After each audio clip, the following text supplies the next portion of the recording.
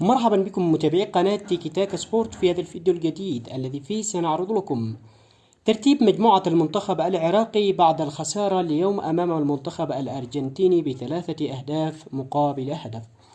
أولا نقول هارد لك للجماهير العراقية وللمنتخب العراقي الخسارة في هذه المباراة، وإن شاء الله يتعوض المنتخب العراقي ويفوز في المباراة القادمة أمام المغرب. قبل أن نعرض لكم جدول الترتيب وأيضا خطوط تأهل المنتخب العراقي إلى الدور القادم وكيف يستطيع المنتخب العراقي أن يتأهل وما هي الفرص التي تؤهل المنتخب العراقي إلى الدور القادم مع تبقي مباراة له في الجولة الثالثة أمام المغرب. قبل البداية ادعمنا بلايك وفعل الإشعارات لتتواصل بكل جديد وشاركونا آراءكم في التعليقات. مجموعة المنتخب العراقي أصبحت كالتالي: بانتظار نتيجة مباراة المغرب أمام أوكرانيا التي تقام الآن ضمن مباريات الجولة الثانية.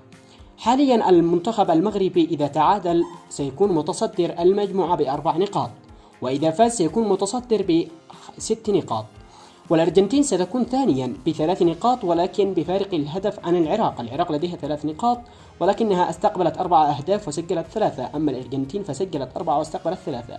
أوكرانيا إلى الآن في المركز الرابع ولكن مع تبقي لها مباراة أمام المغرب التي تقام حاليا وهي بالتعادل.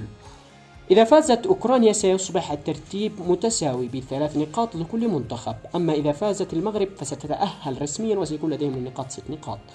أما حظوظ تأهل العراق حيث بقيت له مباراة أمام المغرب هي فوزه في الجولة القادمة على المغرب سيؤهل العراق الفوز بأي نتيجة، أما الخسارة والتعادل قد يخرج المنتخب العراقي. وأيضا إذا فاز المنتخب العراقي بنتيجة صغيرة في المباراة القادمة أمام المغرب والأرجنتين فازت بنتيجة كبيرة أمام أوكرانيا سيتأهل الأرجنتين، والمغرب إذا خسرت اليوم بأي نتيجة يفوز عليها العراق ستتأهل العراق رسميا إذا خسرت المغرب، ولكن إذا فازت المغرب اليوم فستصبح صعوبة أكثر للمنتخب العراقي.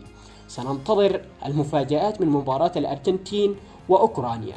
بهذا وصلنا لنهاية الفيديو، أتمنى أن تكونوا قد عرفتم كيفية التأهل وحظوظ التأهل، والسلام عليكم ورحمة الله وبركاته.